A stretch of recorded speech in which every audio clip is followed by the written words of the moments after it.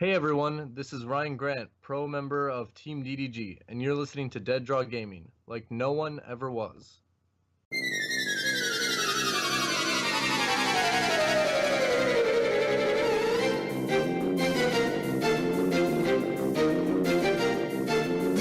What's up, Dead Drawers? Welcome to another episode of Deaddrawgaming's podcast, like no one ever was. This is episode 79, is that right? 78. I was like, another episode. That's not how this usually starts, Dan. No, as you can tell, Dan is not here, so this did not go as smoothly as it usually does. My name's Darren. Glad to be here, first of all. Danny, how are you doing? I've been subtweeting a lot, my anger and frustrations. So that's been fun. It's been entertaining for me. Me too. I've also been entertained. I enjoy my wit and think very highly of myself and my wittiness. Whoa. So I like to show it off every once in a while, and that's made for a very enjoyable week. I've just been stressed out and overwhelmed with everything that's coming up. So I can't believe that in less than 2 months we will be done with Madison already, which hurts my brain because I can't even fathom thinking about Madison. My goodness, it's coming up so fast. Darren, how are you doing? I'm doing really great. For our listeners, Danny and I spent a good hour before we started recording this just going over a checklist of things that we still have to do to get ready for Madison. So the heat is on. We have our work cut out for us again. But I mean, it's going to be great. I can't envision us being anything but amazingly successful. Like no one ever was. Yeah, exactly. That's why it's our motto.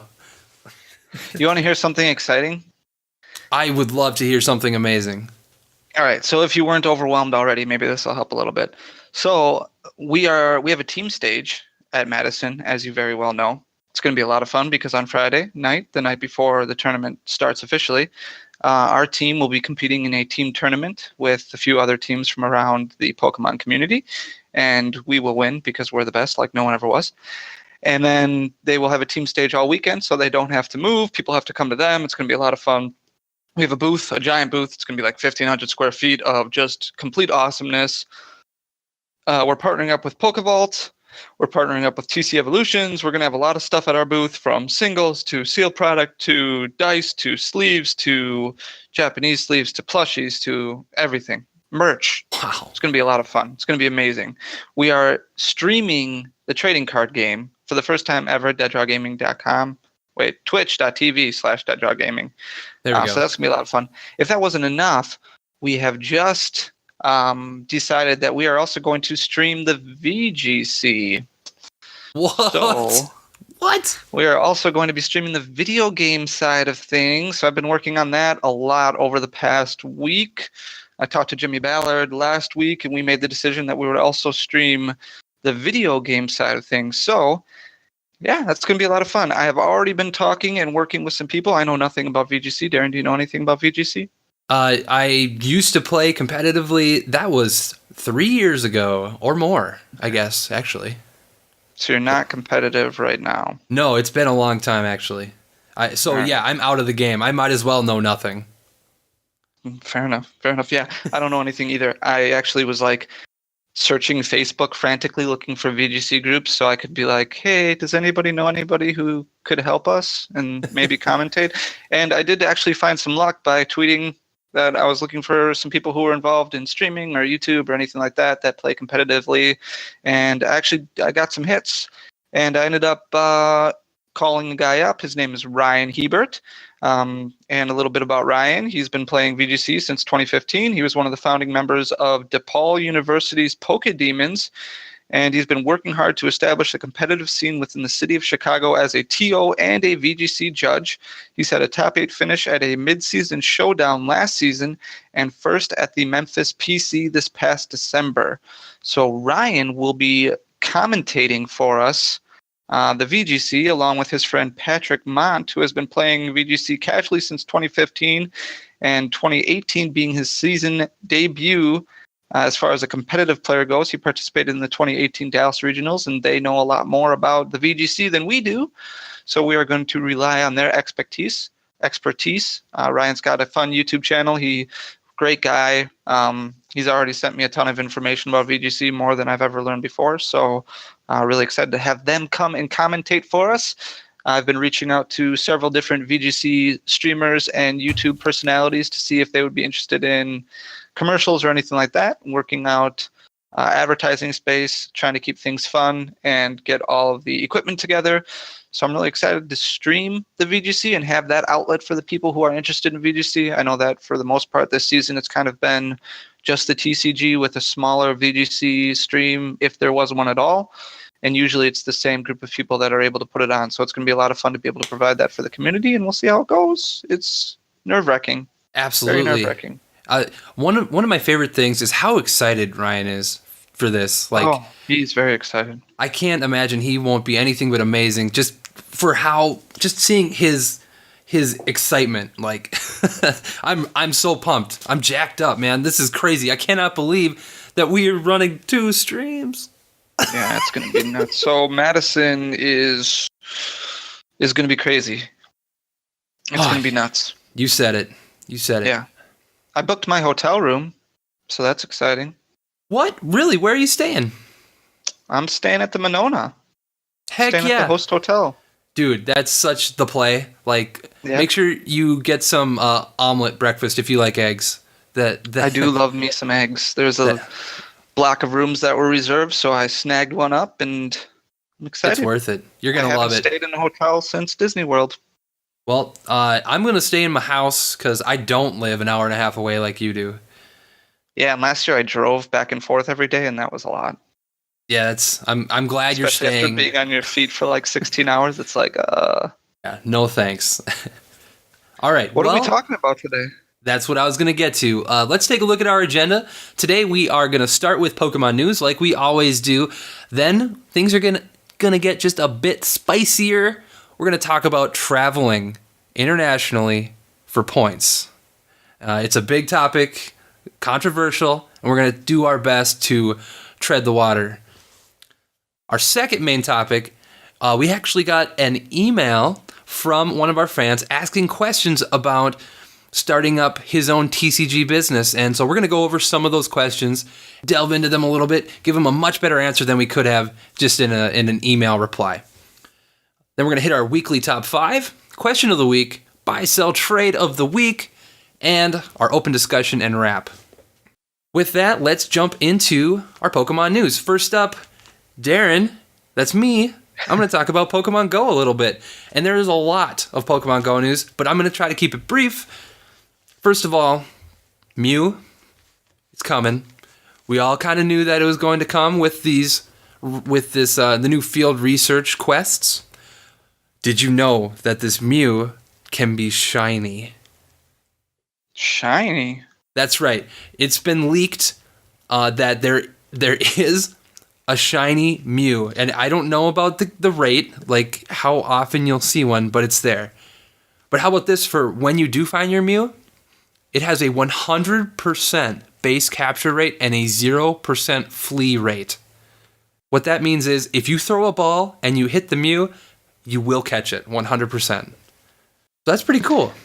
So that means even I could catch a Mew if I encountered one.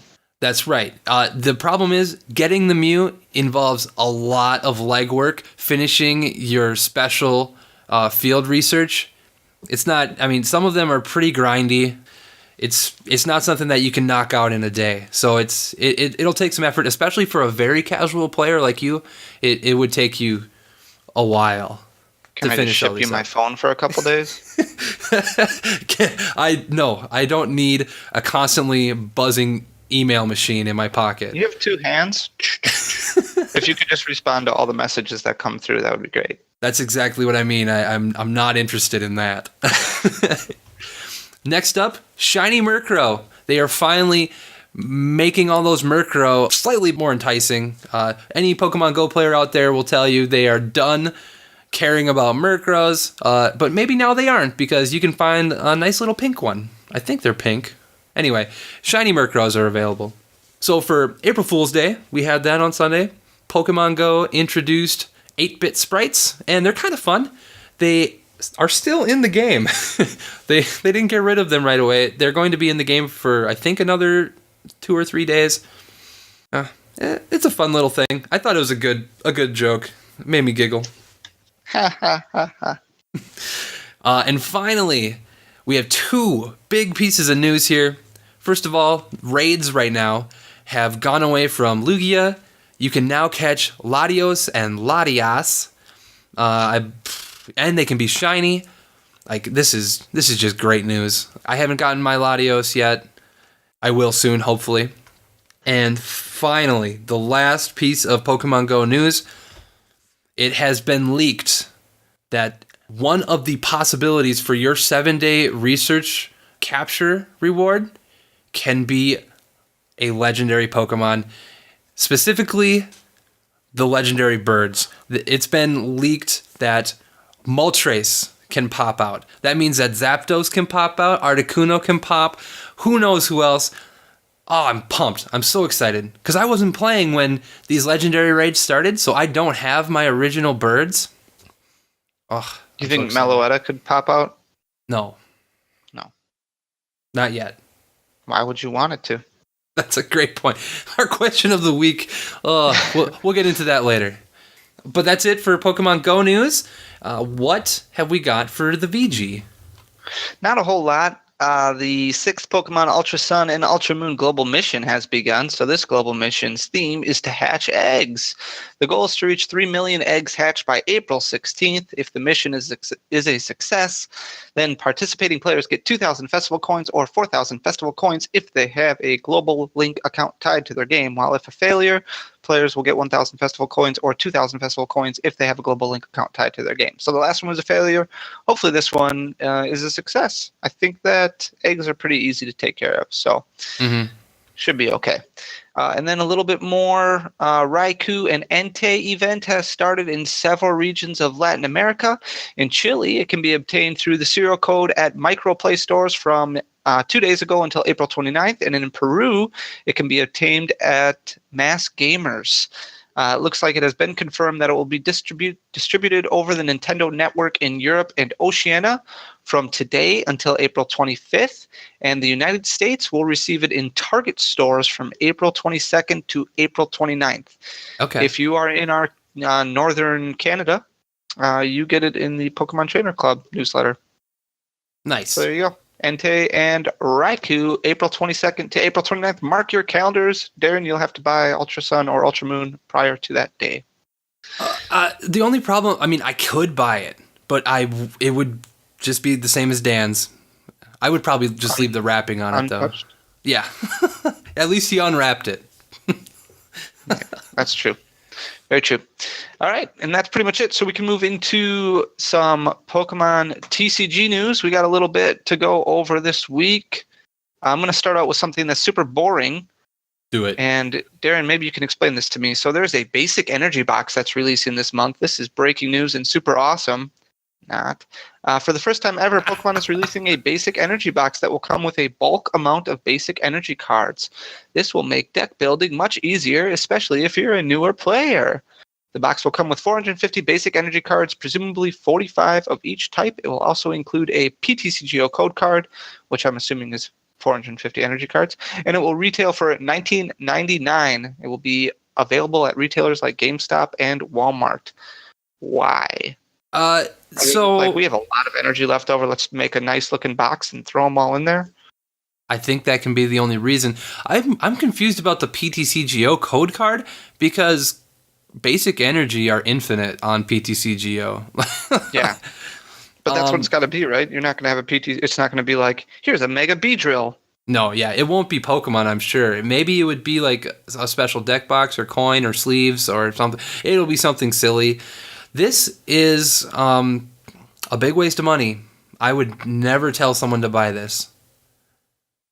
Never, ever. Go to a pre-release. Play some of the new set, and then ask if you can get some of their leftover energy, because those TOs have no way of using all the energy they get from a pre-release. Or you could just message us and pay for some shipping, and I'll send you some. Hey, we're a card store. We are a card store.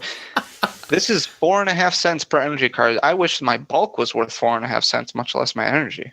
Yeah, this is a fantastical farce. Do not buy these. Unless you open one and they're all secret rare. Or they're all... Okay. Well, HGSS. That's not going to happen. That can't happen. Not with that attitude. You won't know until you buy it. It's the God box, and then they sell out of them everywhere. They just make like one or two in the whole U.S. that has like... Exactly. Oh, jeepers. That would be a good marketing plan, though. Like almost a golden ticket idea. Exactly right, yep. Hey, there's 7 of these spread across your local Walmart stores. You could get 450 secret rare energies. Wow. Would. I'd risk it. I would too. For $20? Mm-hmm. I would. How about I tackle... should I steal like the only actual useful card leak? Yeah. Okay, let's talk about Articuno GX and Garchomp. Articuno GX and Salamence GX, different dragon guy. Articuno GX, 170 HP, water Pokemon. It's a basic. Its ability is Legendary Ascent. When you play this Pokemon from your hand to your bench, you may switch your active Pokemon with this Pokemon. If you do, you may also move any number of water energy from your Pokemon to this one. Its attack is Ice Wing for water colorless, does 130 damage. Its GX attack is Cold Crush GX for 1 water energy. Discard all energy from both active Pokemon. It's weak to metal, no resistance, and a retreat cost of 2. That is First of interesting. Why can't that attack do some damage? Yeah, that is silly that it doesn't do damage. Like, all of your attackers right now are, for the most part, 1 attachment attackers. Mm-hmm. Like Buzzwole, Jet Punch, 1 energy. Zoroark, 1 double colorless energy. Mm-hmm. Like, for the most part, a lot of the attackers out there are just using 1 energy card. It's not that big of a deal. And if you're not doing any damage, come on. Really? Yeah, this is pretty underwhelming. Very unfortunate. This card is bad. It is bad. It's not a good card. I mean, it's cool that you can switch, but it's only got 170 HP. Yeah, and then its Ice Wing. Its Ice Wing does a vanilla 130, which is pretty high for, just a basic attack with no drawbacks. But still, like, the GX attack is not good. No, I'm not a fan. And I like Articuno. I just don't like this one. Yep, same. The other one is Salamence GX. It's a dragon type, of course. 250 HP, stage 2. Its ability is Dragon Lift. The retreat cost of each of your Pokemon, excluding EX and GX Pokemon, is 0. Its attack is Bright Flame for 1 fire, 1 water, and 2 colorless. It does 200 damage and discard 2 energy from this Pokemon. Its GX attack is Flame Jet GX for 1 fire, 2 colorless. This attack does 120 damage to one of your opponent's Pokemon. Don't apply weakness and resistance for benched Pokemon. Weak to Fairy, no resistance, and a retreat cost of 2. This is a little better. Which part? The 250 HP? Yes, that's good. Also, okay. I feel like the free retreat can be good if you can use your new Lance to get this guy on your bench without evolving it. Otherwise, it's bad. Yeah, not good. Yeah, that would be the only case that it would be good. Otherwise, a stage 2, like, this is the same thing that... Didn't Hydreigon do the same thing, basically? Hydreigon EX? I think remember. It was like it reduces the retreat cost of your dragons by 2 or something like that, which basically was free retreat for most of them. Right. I think that's what it was. But regardless, this just... I don't even know what you're going to attack with as a dragon, first of all. And then this card would be better if Double Dragon Energy wasn't format or was a thing. Mm-hmm. I just don't like fire and water and then two colorless. That's tough to set up. It's not like you're going to be like rainbow, DCE.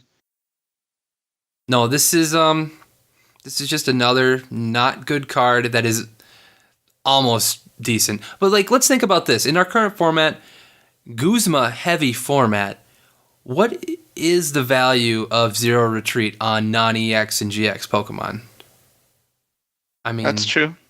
No, that's very true. Especially come August, when we're assuming Floatstone will rotate. Yeah, Floatstone will be gone.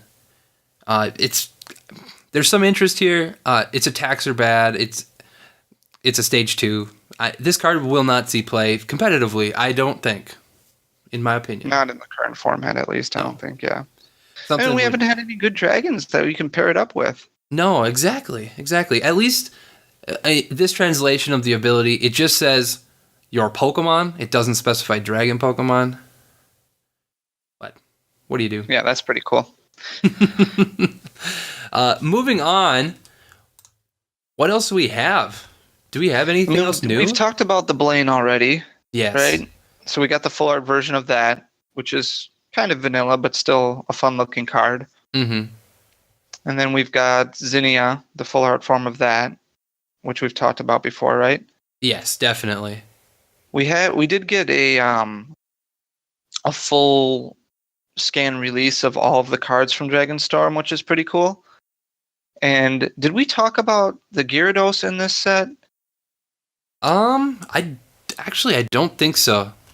Let me get down there. I was looking through the scans and I was like, okay, what cards are good in here? Maybe I missed something. And I just got stuck on Gyarados as I was just confused about it. So Gyarados, 160 HP, evolves from Magikarp. It's got an ability that's Rive. Yep. If this Pokemon is your active Pokemon and is damaged by an opponent's attack, put 2 damage counters on each of your benched Pokemon. Oh. That's got to be good for something, but I can't think of what it would be. Well, then you don't have to play Magma bases to get damage on your Magikarps. Yeah, true, but that would only be good in Expanded. Exactly. There's got to be something that's coming out that you got to hit for X amount of damage on all of your Pokemon or something, right? Am I missing something like that? Otherwise, why would you have this card? I really think that's all it is. I think it just is for the expanded. Just for expanded. Maybe its attack is just Windtail, so it just does 160 damage, and then you discard a Stadium. So it's not like Gyarados' attack is based off of the amount of damage. No, but the old Gyarados is this. This is a pretty strong attack for 3 energy. Yeah, and you discard a Stadium. Yeah, so I'm thinking this ability is supposed to be one of those where it's a negative ability, but the positive is you get this big attack that discards a Stadium. So yeah, it's Wild Tail does 160 damage for water colorless, and you may discard a Stadium card in play. That seems pretty good. Yeah, you just Aqua Patch to it, play your Salamence down so you don't have to worry about its bulky 4 retreat cost. So recently I've started playing some PTCGO. I've played against a lot of Palkia decks. So really? Aqua Turbo. I'm still building up my ELO. I'm sure I won't see those so much in the coming weeks. Once you get up there a little bit. Other than that, not a whole lot in this set that really draws my attention. I don't know. I'm not overly excited about Forbidden Light. There's a few cards in Forbidden Light that I'm excited about. Dragonstorm doesn't look really that much better. I am severely disappointed in Dragonstorm. There is nothing crazy cool in here. Lance Prism Star, but nothing for him to grab that's worth grabbing. That's the problem. Reprinting Brooklet Hill and Aqua patch. So those are going to stay in format for another season. Man, overall, this is going to be... Man, this is kind of looking like it might be the worst Sun and Moon block set. I don't see anything that I really, really like. Yeah, and it's obviously very early. Yeah. The format's going to be completely different by then. We'll see what happens. Yeah, I want to be wrong. And when this gets released in America, they'll throw one of the strengthening sets into it too, I'm sure. So maybe we'll get something in there. Yeah, other than that, I don't have a whole lot for Pokemon news. So I think we can move on, unless there's anything I'm missing that you can think of. Nope, that's it. I think that's it for news. We can have a little short news segment. I think Aaron would be thankful. Yeah. Even though he didn't respond to my dig, he just liked it and moved on. The bigger man, right? Mm-hmm. So we can jump into our first main topic, and it's spicy. We're going to talk about traveling for points. So everyone likes to travel. I don't know anybody that likes to sit at home all the time. And when it comes to Pokemon, there are, especially this season, many opportunities for certain players to go to smaller events that reward similar payouts as far as championship points go as regionals. So like let's say you're a really good player, you're one of the best in North America, you're gunning for top 16 or top 4. And you have the opportunity to take a flight, a couple $100 out of your pocket, to go to basically a regional event with a third of the players or a quarter of the players. Or a tenth. Like, would you, I mean, if it was available to you, why wouldn't you take that opportunity? In a completely unrelated note, congratulations to Caleb Gedimer for winning the special event down in Columbia last weekend. Caleb, congratulations. You did great. Completely unrelated. Now, to be fair, I do understand part of the other side's argument. Like, you're going into, as an American, you already have a plethora of events. You could go to an event every weekend, and in Caleb's case, is he still number 1 in play points in North America? At one point, he was number 1 in play points. I honestly think that he is still. So he plays every tournament he can, and like to go to another country, another region where they don't have a plethora of events. Like, the events they get are few and far between, and so those points are vital to many players getting their Worlds invites. And so to have someone, fly down and to them basically steal 200 CP out from under them, it's kind of a slap in the face. So I look at it in different ways. I have a lot of thoughts on this. First of all, this all boils down to TPCI. Like, this is a pay-to-play type industry now. If you get rid of all of the best finish limits, those don't exist anymore. When you have people who are gunning for placement in top 16, you gotta believe everybody's going to take the advantages that are given to them or that are available to them. So it makes perfect sense to me for anybody to try and go to an event that is attractive, an event where they think, okay, this is going to be the best chance I have at getting points to place higher in top 16 or get into top 16. First of all, like, you get into top 16, not only do you get a stipend to travel to international events, so Pokemon is basically saying, hey, here's some money for you to come play at these events. Mm-hmm. You also get an automatic entrance into day 2 at Worlds. So you don't have to fight off the grind of day 1. You get to go into day 2. There's 128 people. You have that better of a chance at winning $20,000 plus that number 1 prize card, plus all the additional prizes. There's just so much at stake there to go from 700 players to 128. You get to see what everybody's playing, like the psychological aspect of it all. Like, think of the people that we were interviewing last year. So we had Xander Perro, we had Jimmy Pendarvis, we had Sam Chen. All 3 of them were bounced into day 2 right away because of their top 16 placement. They all made top 8. Yep.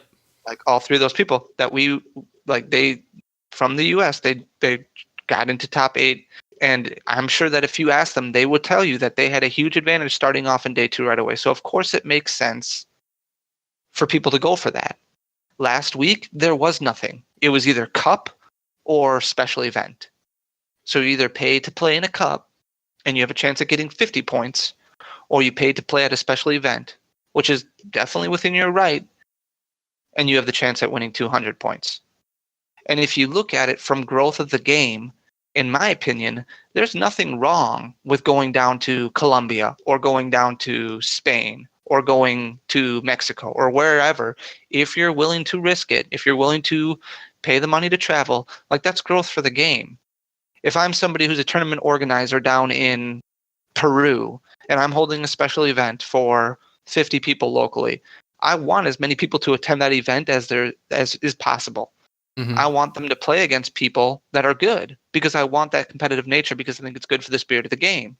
I wouldn't look at it as, oh, somebody's coming down here just to push us around.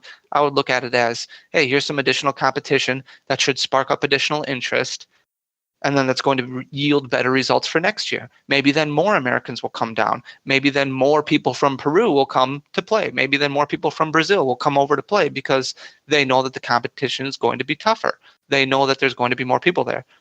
And I get that it's an idea behind farming CP and it might be an easy target, whatever the case may be, whatever the reasoning behind it is, that doesn't really matter to me. The system is what's broken. It's no different than a lot of other things in sports, in professional sports, things like that. Like, you do what you can to take an advantage. And if you have the means to go down there, then you do it. Mm-hmm. And if you're paying attention, if you're making yourself aware of all these events, but more power to you. I agree, honestly. I'm trying to think of what the good fix is. So, the knee-jerk reaction is to enforce best finish limits on all tournament styles, and maybe even close borders, on certain events. An example would be, now this is also pretty spicy, Pokemon Korea, TPCK, or whatever. They have made it so that you have to be a Korean national to win their Worlds invite. I believe that's what the problem was. I was reading that Korea is getting some flack because they aren't allowing certain non-native born Koreans to earn stipends to go to tournaments. I think that's what it was. And so that's pretty extreme, but what they're doing is they're trying to ensure that they, as a whole, as a country, as a nation, are represented in a certain way. They're forming their Pokemon brand around their nation, and so is that something that we want to get into? The U.S. closes its borders for tournaments to other countries. I mean, there's a lot of big names that come here too, like Pablo. Pablo wouldn't be playing in American tournaments anymore. You wouldn't see Tord come over and steal our NAIC. Right. I mean, what's the difference there? The difference in some people's minds is that it's competition level. Mm-hmm. Mm-hmm. But first of all, some of the game is based on luck. So you gotta run decently throughout a tournament. A lot of people tell you have to run decently no matter what. And then it's atmosphere, it's surrounding, it's attention to detail, and it's comfortability with your deck choice.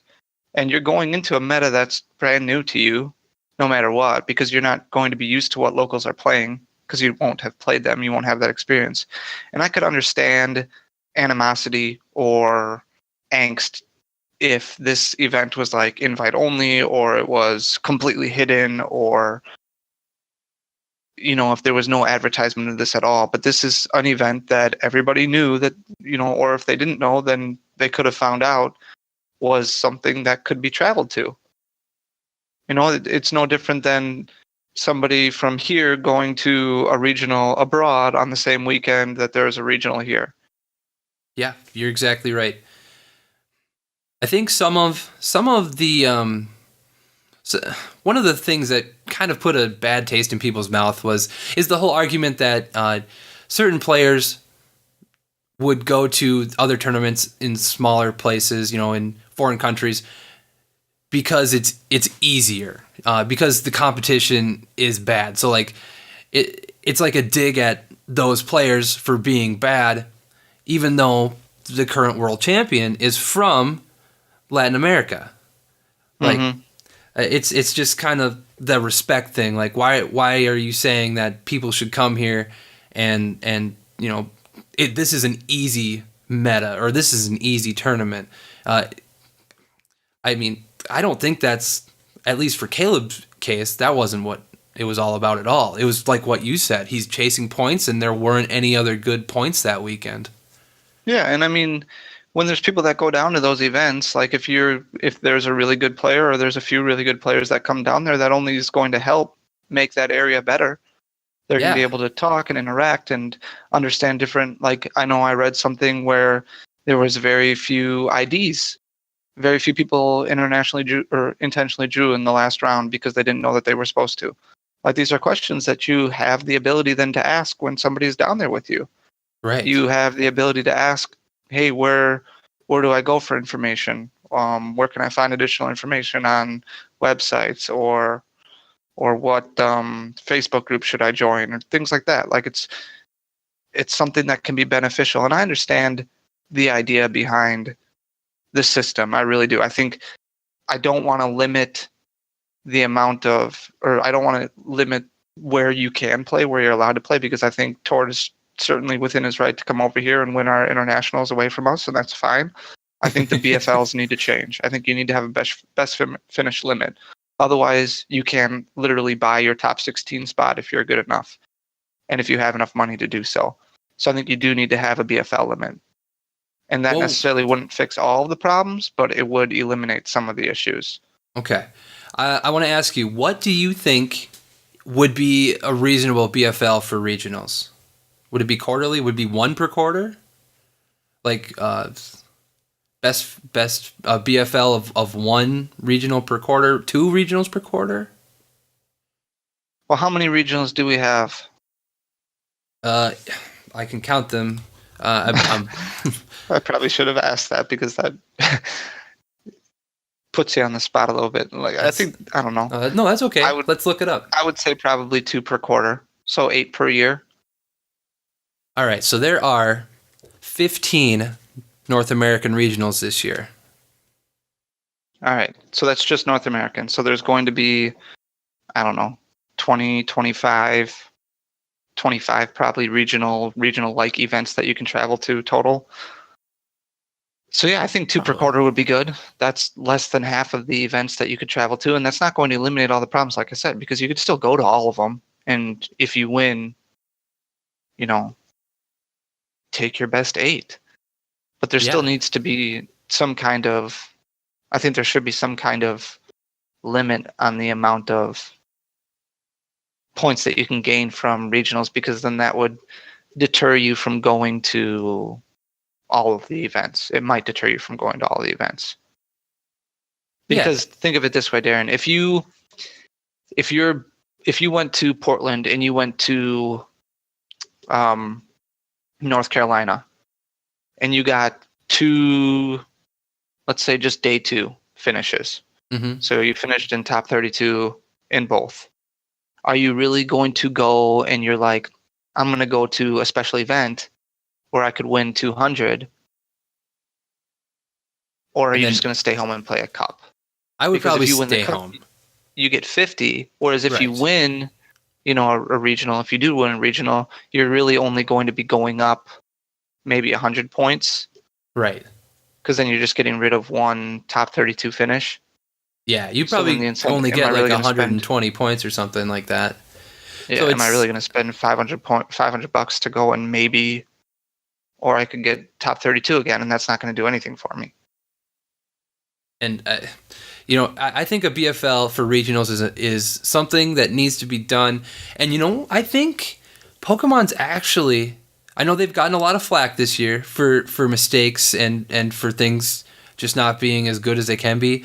I think they've done a good job fixing things this year. As the outcry for change has risen, Pokemon has delivered. Case in point, the stipend issue from a few weeks ago. There was a huge outcry because many players who didn't deserve stipends got them. Many players who did deserve them didn't, and it all stemmed from the Australia points being botched when they were uploaded. in response, probably partly due to a huge, ground surge of angst towards the Pokemon Company, they not only let players who wrongly receive stipends keep them, they also awarded the correct stipends. So they've lost money on that, just to make it right. And I think TPCI deserves some credit for fixing that. And just there have been other things throughout the year where they've misstepped and they've corrected. And I think it's really easy to point out all the things TPCI does wrong.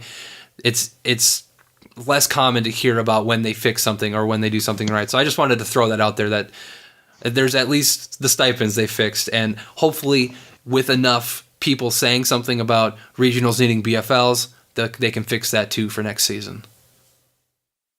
Yeah, and I think that's important to remember too, is that there's not going to be any perfect system, and you're always going to have complaints. But the important thing is TPCI has done a good job of listening to these complaints for the most part, and then addressing them and understanding if this is an actual issue, and then retroactively or in the future going back and making an adjustment to make sure that doesn't happen again, or that's changed for the next event or for the next season, which is really nice. I agree. Because there's a learning curve, right? There's always going to have to be one. Nothing's going to be perfect. Yep, you're exactly right. No matter what you do, literally, no matter what you do, you will always have someone that's not perfectly happy. I like to every once in a while look at our Facebook reviews, because we have all these great 5-star reviews, and then we have one less than 5-star review from a guy that says, "Because we don't sell bacon." I'm like, that's what harsh. What do you do? How? We even started selling it, and he still hasn't bought any. You just can't please some people, Yeah, it's true. Well, I think that about wraps it up. Do you have anything else to say about traveling and points chase and BFLs? No, I understand where everybody's coming from. I really do. I see both sides of the fence here. I'm not agreeing or disagreeing with anybody, and I respect the opinions of everybody. I'm just coming up with my point of view that, hey, this is a game, and it's a very competitive game for some people. And if you're somebody who's ultra competitive, you're going to do whatever you can do within your right to perform at your highest level or be the best in the game. Mm-hmm. And I mean, I'm right there. If that's within your right, then you can't really get mad about it. I mean, and I can see the disagreement behind it, but at the end of the day, everything is perfectly within the limit. So you should, hats off to the people who decide that they want to go all out. I guarantee you, if more people knew about this event, they would be down there. But a lot of people just missed it. So there you go. There you go. That's that. We can move on. All right. Our next topic is more business related rather than competitive. And boy, it's actually really cool. Let me pull up. We got a great email from one of our fans here. We didn't even tell him that we were. Emails. Yeah, we didn't tell him we were going to do this. So I'm gonna leave it anonymous. Why aren't they answering me? Yeah, right. Leave this email unanswered for a few days. So we'll just call him by his first name. This is from Matt. And Matt says, "Hey guys, I'm a casual PTCGO player and I love listening to your podcast. I've been listening for a couple months now and even went back and listened to your older episodes. You guys do an amazing job and should be proud. Thank you very much, Matt. That is very heartfelt. And I put a lot of work into this podcast now that I've fully taken over editing, so that makes me happy that you like what we're doing." He goes on to say, "The reason I am writing to you is I have some business questions for you.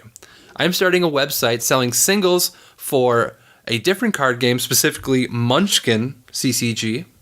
Here are my questions. So they are, what do you think are the best ways you have advertised your site? What do you guys use for an e-commerce hosting site, and why did you choose them? What kind of benefits does your pro team get for being a part of it, and how much do you think having a pro team has increased your sales?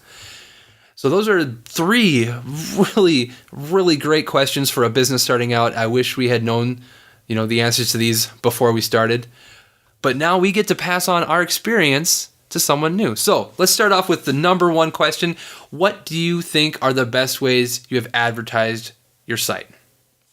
Do you have any insight, Danny, right off the top of your head? I do.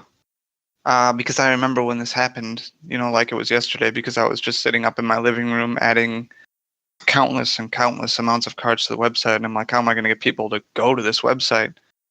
And immediately it was advertised on Facebook right away. We formed the Deaddrawgaming Facebook page, and our first event, basically before the website even launched, was Madison.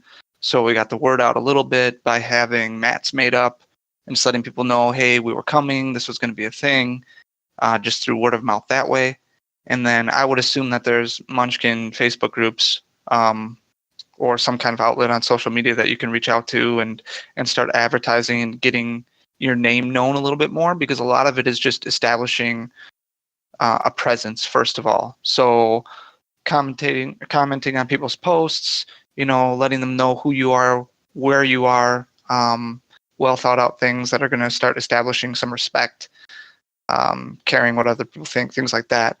And then immediately after we launched, we had like a grand opening.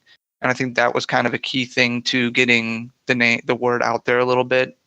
We offered a promo code that was, I think we did it for opening weekend, which ended up being, I want to say it was 20% off, where we would basically do a little bit better than breaking even on singles. And that was fine, because the majority of it was just to get people to understand, hey, here we are, we're out there. And that was kind of a big thing, pushing it through social media outlets. And this was before we even had the idea of, I don't think we had Twitter. I think we only had Facebook at the time. We didn't have a podcast. We didn't have YouTube. We didn't have Twitch. Like, all we had was Facebook. And it was just getting the name out there and offering the promo code. We showed it on buy-sell trade sites. And if I knew then what I know now, I would have waited a little bit longer to launch the website and would have established myself on social media a little bit more through places like YouTube and Twitter and a podcast and Twitch and like things like that, where we could have at least established somewhat of a presence first and then launched the website and offered a promo code, because I think that would have generated a lot more. It has generated a lot more, so that's why I think that at the time it would have generated a lot more. But then going on like Reddit's a giant community where you can just start posting stuff and answering people's questions. Like, that's a good outlet because a lot of people use Reddit, and we didn't even think about that back then. So that's kind of a big deal now too. Trying to rewind time and think how would I have done this differently. But it's really, social media is the big thing. Establishing that Facebook group and starting to generate, different people to come to the website, interacting with them. Like, that's kind of the main thing that we did. I don't know. What do you think? Yeah, I definitely agree. One thing that we did to start out with all of our social media was we started out with the giveaway culture. It's a really fast way to build up followership, but they're also fairly disloyal. So what we started out with was we gave away, I think the first card we gave away, I'm pretty sure was a Full Art Shaman. Like, it was crazy. I think it was for our 100 followers, first 100 followers first 100 likes, on Facebook.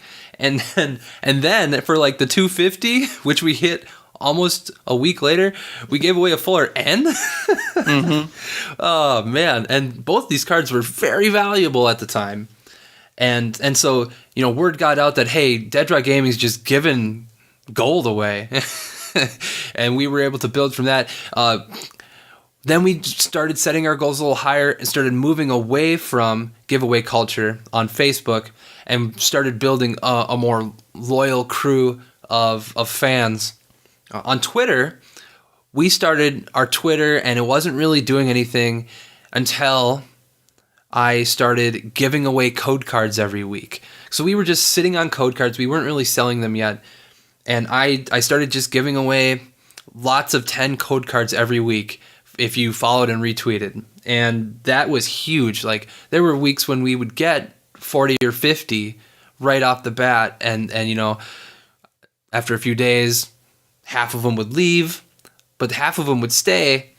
And then you'd give away the code card to someone that stayed, or give away the 10 code cards to someone that stayed, and then do it all over again. And it's just an ebb and flow with positive returns every time. But now we don't do that anymore because you don't want to stay being a giveaway channel forever. Like, same on Twitch. It's good to start with giveaways, but you just can't stay that way. It's not sustainable unless you get really huge and Twitch or YouTube pays for your giveaways, because you can't just give away everything all the time. Unfortunately, I wish as a business we could just give you everything. That'd be great. But yeah, like, just keep that in mind. Some of the best advertising, always the best advertising, is word of mouth. Getting someone that likes you to tell their friends about you. That's always the best way to build the most loyal fan base. Yeah, that's tough too. Like, you obviously want to do a good job with everything, but I mean, you don't want to give away the farm all the time. Exactly. Which is difficult. But you want to establish a presence a little bit beforehand and just be patient. Like, things aren't going to grow overnight, and that's something that has been most difficult for me to understand. It is a grind.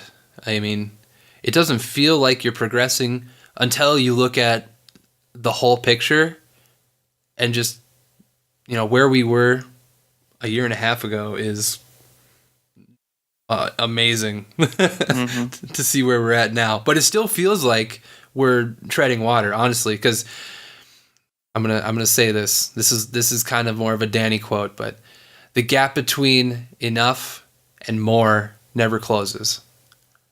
We always want more, and it's never enough. That's very true. It's always going to be something more. Other things that we've done that have done well for advertising, we have people write articles for us, and that generates traffic for our website when they share their articles, especially if they're good.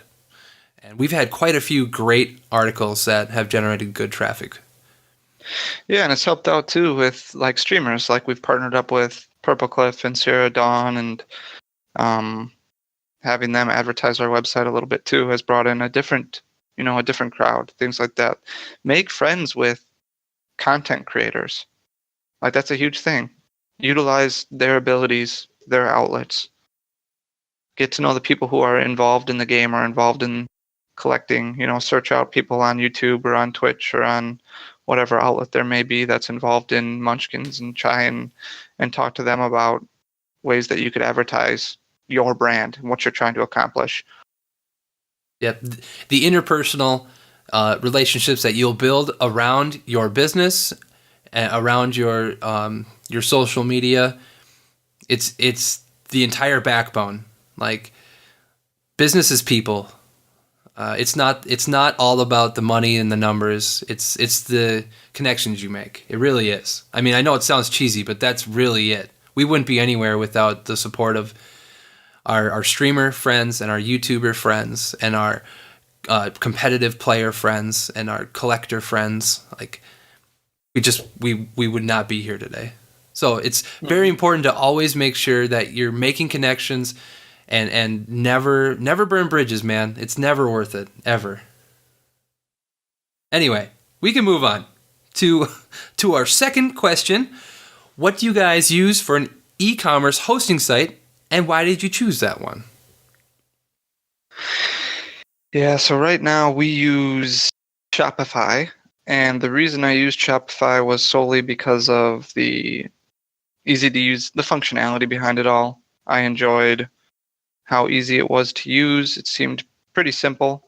So a lot of the templates that they had, it just seemed like it would be able to fit. Plus they had a blog option. So it was like, okay, well, I want to be able to have competitive articles and things like that on there. So that's important to me. I don't know if I would choose Shopify again if I was starting over now. I do like Wix, just based on my experience with Wix since then. So Wix might be the way to go if you're just starting one up. I do like Wix. Shopify is fine. It's just not, it doesn't have all the easy capabilities that I was under the, it's great for basic stuff like selling, posting cards. It has some attractive templates, posting cards, things like that, easy. But some of the coding that you have to learn can be difficult for the more complex stuff. And there's just not a lot of time to learn that stuff. Like we're trying to figure out right now how to get instant delivery for codes. And that's tough to do because you have to download different apps. You could pay for different apps. There's just a whole lot of features within Shopify where I was like, oh, I didn't know that this was going to be something that I would have to do. Like just trying to figure out how to get drop-down menus was a chore in itself. We had to do separate apps for drop-down menus. It's great for like support because Shopify has a great support system where you can constantly chat in with people. They open up tickets. They get you your information pretty quick, and that's fantastic. And then you get a little bit of a discount on shipping, which is nice. But I'm fairly certain that's consistent with most of the e-commerce platforms that are out there. So Shopify's fine. I just don't know if it's the best option out there. It just happened to be what we stumbled upon when we first started, and that's what we ended up going with. But if I was starting over, I would probably use Wix. Nice. And then, that's a nice question where it really won't let me jump down the rabbit hole like I did on the last one. Question number 3, final question. What kind of benefits does your pro team get for being a part of it, and how much do you think having a pro team has increased sales? So I don't want to go into too much detail, unfortunately, because a lot of these things like contractual obligations with our team, because there are so many pro teams out there, I don't want to give away information about what we provide our pro team with. We are a little bit unique because we have a pro team and an AM team. It is different. The pro team does get more than the AM team does. And as far as generating sales, in my opinion, it doesn't generate a lot of extra sales. It doesn't generate a lot of additional sales. For the most part, once you start establishing yourself in the community, Deaddrawgaming is already kind of a known entity in the competitive community. So having a pro team go and wear, our gear on stream and things like that, you're not going to reach a whole lot of unique people because the people who are already interested are part of that community. And I was talking last week to some people, and I'm under the impression that the competitive community only makes up, 1 or 2% of the Pokemon community as a whole. So that other 98, 99%, those are the people that we want to reach. The casual player or the collector or somebody who just likes the idea of playing on PTCGO but doesn't pay any attention to the competitive atmosphere. Like those are the people that we want to reach. Those are the people that you're not going to be able to reach at tournaments or on a stream. So those are kind of our clientele that we're trying to capture right now. Whereas having a pro team go and wear our gear or talk about us at tournaments or support us in that way, it's not going to generate a whole lot of additional sales. The way that they do benefit us is through content. The fact that they know a lot more about the game than us, the fact that they know a lot more about deck decisions and meta and things like that, because they've studied the game for so much more than us, they've played a lot more matches than us, they can provide us with an outlet where it's just more hands in the pot, more hands stirring the pot. They have the ability to make YouTube videos or stream on Twitch or write articles. And while we can do that, there's only 3 of us, and we don't have the ability to do that, as often as we would like to. So having a pro-am team that can go and help us generate content to reach out to the competitive base more or the casual player who might be interested, that's a huge perk to us. Does it generate a whole lot more sales? I don't know. I don't know if that's really something that I can track. And in my own honest opinion, I would say that it doesn't yet, but it's still a nice thing to have because they're a group of guys who are extremely loyal. They're a lot of fun to be around. They help generate, like when we go to Madison, it's going to be a huge thing for us because they're going to help generate a whole lot more attention to our booth and a whole lot bigger of a crowd. Like, it's a good thing. I just don't know if it necessarily generates a whole lot more sales at this point. It just helps generate a lot more content, which will hopefully result more in revenue producing activity that will yield decent margins. I feel like it's possible. Like, we don't know for sure yet. We'll find out at Madison. I feel like maybe having a pro team that's playing in the tournament and doing well might generate more sales at the tournament. Yeah, I agree. I mean, it's certainly possible. Oh man, I'm really excited though. Having a pro team, like you said, it's maybe not bringing in a whole bunch of extra money, but what it is doing is it's giving back to the competitive community. Like, it's helping build Pokemon as a whole and make it more of a mainstream esport, basically. Yeah. And it does. I mean, that's what it helps out with as the community as a whole. Like, if you want to be a face as a brand in the community right now, you need to have a pro team. Like, we have a pro team. CCG Castle had a pro team for a while. ARG has a pro team. Pro Play Games has a pro team. No Limit Gaming has a pro team. Top Cut has a pro team. Like, there's a lot of brands out there that have pro teams. So it really made sense that, hey, our brand needs to have a team just to compete. We're going to need to have a team to compete because that's just the market that we live in now. And it's as simple as that. Like, it's a good advertising outlet, and it's a good way, like, to generate additional interest in the community. Like, if we can go out on Limitless, which is a website that ranks, the teams, and we can say, hey, we're number 1 on Limitless. Like, we're the best team out there right now. We're the team to beat. Like, that's stuff that we can say that will, help us grow our brand. Yeah. And there can only be one number 1. Yeah. Well, sorry. Yes. And I can say that one of my favorite things about having a team is it really gets me a lot more invested in watching tournaments. Like, I am much more likely to have a stream on now because I want to see my guys on stream. Yeah, I love that. Yeah, that's awesome. Well, that's all we got for that main topic. Those are all of Matt's questions. Thank you so much, Matt. I hope we were able to help you. If you have more questions, hit us up with another email, and we'll answer them. Probably not on another podcast. We'll probably just email the next one. Or you can join patreon.com/Deaddrawgaming and talk to us in our Discord. That's a great option. That's a really good idea. For $1 a month, you say? Steal. $1 a month. Shameless self-promotion.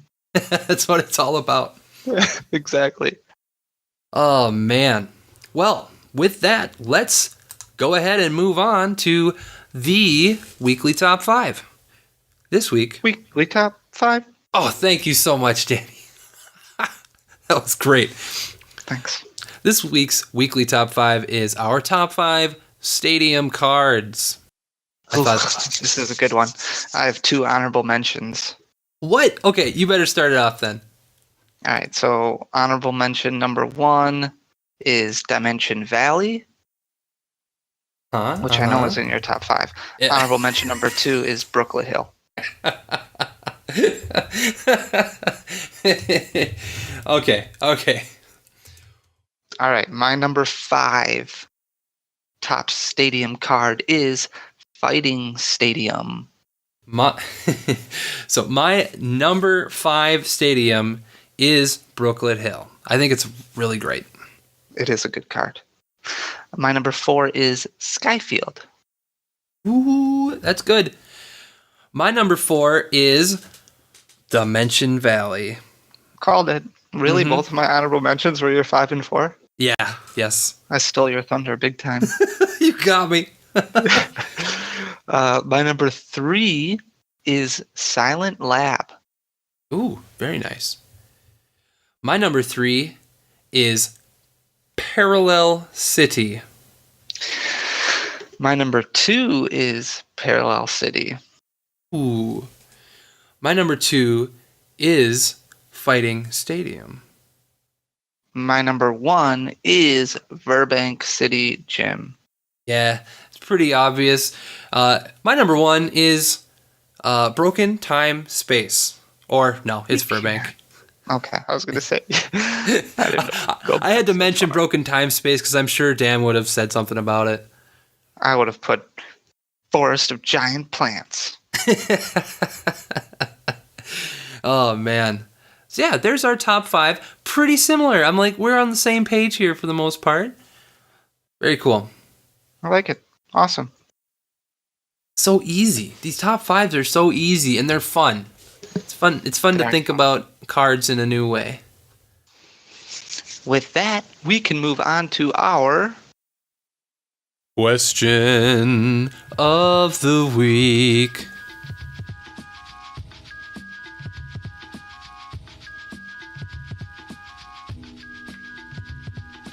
Beautiful. Oh, yeah. I was like Barry Manilow. Oh, all right. I just didn't want to belt out another Aziz Ansari for now. That really struck a chord with me because I sing at work all the time, and it just now I hear it. Now I hear it when I sing. Like, oh man, I do sound like Aziz Ansari. Oh man.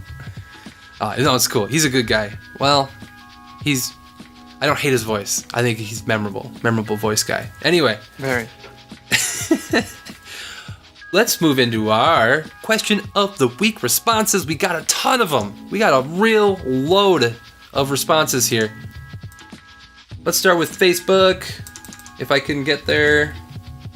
We got a response from Mikey on Facebook saying, Ho-Oh is a longtime fave of mine. After playing Rainbow Road for a year, I grew rather fond of Xerneas as well. I'm not super big on Yveltal or Zygarde 100%. Chase says, my favorites are Ho-Oh and Lugia. My least favorite is Heatran. Why does he even exist? Ryan says, Latios is my favorite. I hope you're playing Pokemon Go, Ryan, because you can get yourself one. Zaya says, my favorite has got to be Lugia or Keldeo.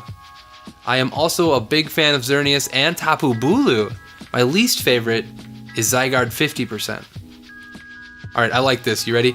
Brett Stratton, favorite is Regigigas, least favorite, Meloetta.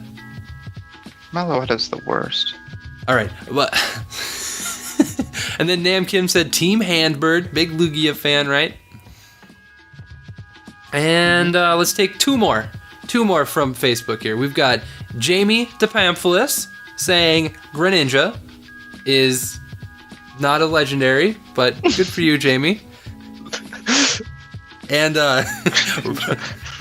Rob says favorite Darkrai, least favorite Regigigas. Ooh. All right, let's scoot on over to Twitter. See what Twitter's got to say to us. Tons of responses here. Like, you guys had a lot of fun talking amongst yourselves as well. I love that. Oh, me too. Where do we start? Right here. Rob Woods says favorites Kyogre and Groudon, least favorite Yveltal for sure.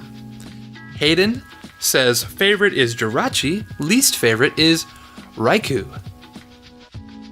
All right, ADV GYM says number 1 Solgaleo, number 1 least favorite Regigigas. All right, Shiny GX says favorite is Raikou, least favorite any of the Genie trio, Lazy Designs. Let's see here. Kashvinder says my favorite is Suicune, my least favorite is Fion, which is actually a very common response. I haven't been reading them, but a lot of people don't like Fion. The Fion hate. Here's a name that you may have heard of, Danny. Team Fish Knuckles says his favorite is Shaman and Celebi, least favorite is Mewtwo. Charles Collier, I think that's probably how you say it. Favorite is Rayquaza, least favorite Solgaleo. So there's just a lot of disparity. Like, someone's favorite is also another person's least favorite, and vice versa. It's crazy. But nobody's favorite is Meloetta. Not yet, and I don't think it's gonna happen. let's take a look at our Discord channel. Discord, where earlier we said you can join for $1, is where we're going to read some of these from our biggest fans. Jet Black, aka Jack Black, says his top 3 are Entei, Kyogre, and Lugia in that order. Bottom 3 are number 3 Fion, number 2 Cresselia, number 1 worst, or not worst, but I should say least favorite legendary Meloetta. There you go. Love that Jack Black. Favorite Entei, least favorite Meloetta. He's got the key to my heart. Alfred says Mewtwo is my favorite, and the Diamond Pearl, Black and White cover legendaries are all my least favorite. That's quite a few. Vagrant Red says my favorite is Mewtwo, mostly for nostalgia. My least favorite are all of the Reggies. Wow. Yeah, and then DDG Chris says my favorite is Latias. My least favorite is Magearna. Also, I want to complain about Cosmoem, and I am on that complaint train with you, Chris. And I want to read one more. I know this is getting long, but we did get an email response, so I want to read it. This one's from Colby, saying, my favorite is Xerneas because I love playing Xerneas Break. My least favorite is Meloetta because that card sucks. Agreed. Thank you, Colby. Thank you, everyone, for your great responses to this week's question of the week. What are we asking this week? So we're going to stick with our main topic, and we're going to talk about BFLs. So I want to know that if you could go in and you could make the rule book for the 2018-29 season, what do you think TPCI should institute as a best finish limit for regionals in 2018-2019? Nice. Do you think 2 per quarter like I did? Do you think 1 per quarter, 4 per year? What do you think should be the best finish limit for regionals? Seriously, great question. I think there's going to be a lot of different answers, and really, give us your reasoning, because this is a fluid topic. Honestly, there's no right or wrong answer here. Yeah, let the conversations flow. Yeah, you could also say just leave it the way it is. Yeah, that's totally true. But you can leave your responses on Facebook, on Twitter, on YouTube, on Twitch, if you want, in our Discord channel, which we have mentioned at least twice so far. This would be the third. In our email, or send me a letter. Why not? And your answer just might be featured on next week's podcast. Perfect. Well, let's move into our buy-sell trade of the week. For the most part, just bought a lot of staples again. More Bridgets, more Maxi Elixirs, more Puzzle of Time. Those have been selling really well on TCG players, so I've been just kind of picking those up at decent prices and turning around and selling them right away. I think I talked about this recently, there was a Regirock Gold Star that I bought a couple weeks ago for $70. That actually sold yesterday on TCG Player. I listed it for $149.99. Whoa! Nice. So I was looking around. I saw pricing on a couple other websites, but they were sold out. So I was looking at past eBay sold listings. Not really a whole lot available in the condition, because the condition that we had was definitely near mint. So I was like, I'll throw it up there. If it sells, it sells. If it doesn't, it's fine. We'll bring it to Madison. And it ended up selling. So I was super excited about that. And then I did buy a lot of other stuff. And I'm not going to go into it on the podcast, because my vlog this week, my studio vlog, which I actually shot for 2 weeks in a row now, will be coming out on Friday. And you can read about or you can listen to my purchase, watch my purchase on the vlog. Yeah, it's definitely one you're not going to want to miss. Boy, sad. Let's just say I spent over $1,000. That's all I'll say. That's all you got to say. Watch our YouTube channel on Friday. Watch it every day. I mean, we don't have a video up every day, but we should. Man. Well, anything else from your buy-sell trade? I don't think so. Really, it's just been crazy. So I started selling on TCG Player again, like I told you, and the website's actually been doing pretty well. We actually are pretty low on boxes for Forbidden Light, so if you haven't pre-ordered yet, make sure to do that because we're running pretty low on what we have allocated for us. I'm assuming that this set's going to be like Ultra Prism, where there will be a decent sized release, and then it'll probably be more difficult for distributors to order them again. So I would get your boxes early for this set just to be safe. But yeah, we're definitely running low on that, so keep that in mind. But it's just been like with all the staples that I've been getting in, the turnaround of them has just been insane, to the point where I'm packing up like 25 to 30 orders a day. So like I'll just be, like on Saturday I went over to my aunt's house for Easter, and while I was there was like 18 orders that came in, and I'm like, oh, okay. You got to go home. You got to print out the packing list. You got to make the label. You got to print out the label. You got to find the cards. You got to stuff the envelope. And when it gets to like 20 to 25 orders a day, then it's like, oh, okay, this feels like a full-time job now, because you're constantly shipping stuff out and packing stuff up. So it's been pretty intense. It's a good intense, but it's a lot of work. Yeah. It's oof, man. So the buying and selling has been good and busy, and we'll just keep moving forward and trying to get whatever we can get.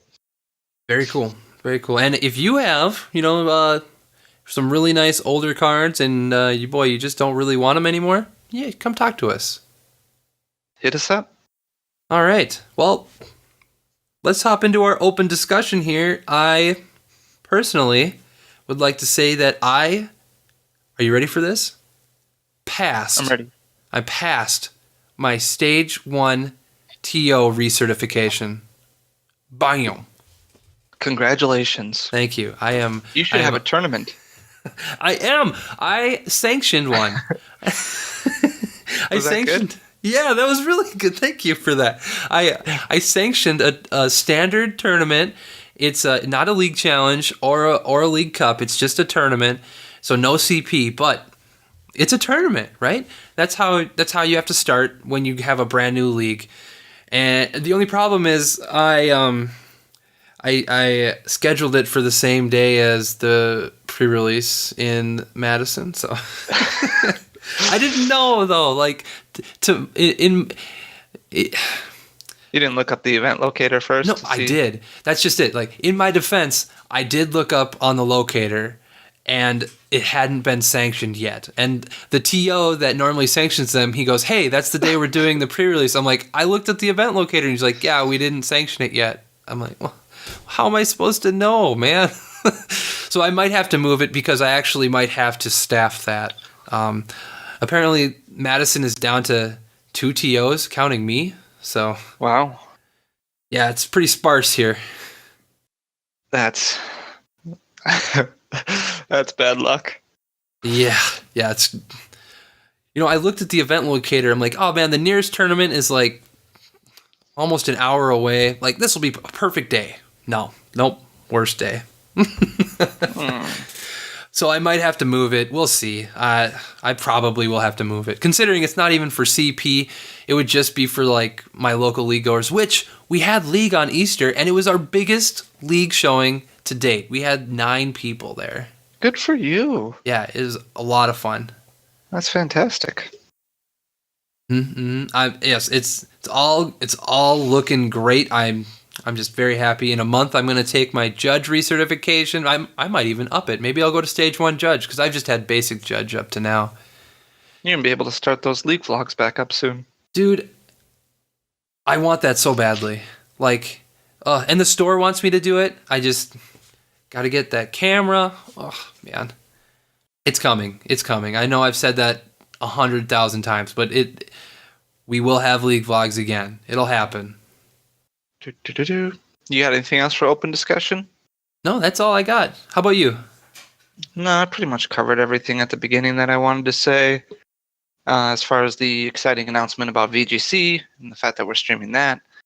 Other than that, there's not a whole lot going on. It's pretty slow for the next few weeks until Salt Lake City. So we'll try and get as much stuff done as we can in preparation for Madison. Keep everybody updated on that. I'm really excited. Hope everybody's registering for it, and that we'll see you guys there. Come say hi. Please. We'll be hard to miss. get your early registration done for Madison. Come and make the trek. Matt, if you've never been to Madison, Wisconsin, it's a sight to see. There's so much to do. The downtown is beautiful. The Capitol is just amazing, and Monona Terrace is a lot of fun. And there's a lot of great. I mean, I'm a tourism board here. I'm telling you, come check out this city. Come check out this tournament. Jimmy Ballard is the best TO in the game. You will have a great time, and you'll get to see us, the Dead Drawers, and I mean, you can't go wrong. It's a great idea. Come to Madison. Come to Madison. That could be a commercial. But I suppose with that, how about you can take us home. Yeah, you can take us home. I'll do it. All right, you guys. Thank you for joining us for episode 78. This was 78, by the way, not 79. It wasn't 79? No, it's so I'm actually going to change that later in post. But 78, please join us next week for the actual episode 79, where we will have Dan back and hopefully be less boring. No, thank you again. It's always a pleasure, and we will see you next time.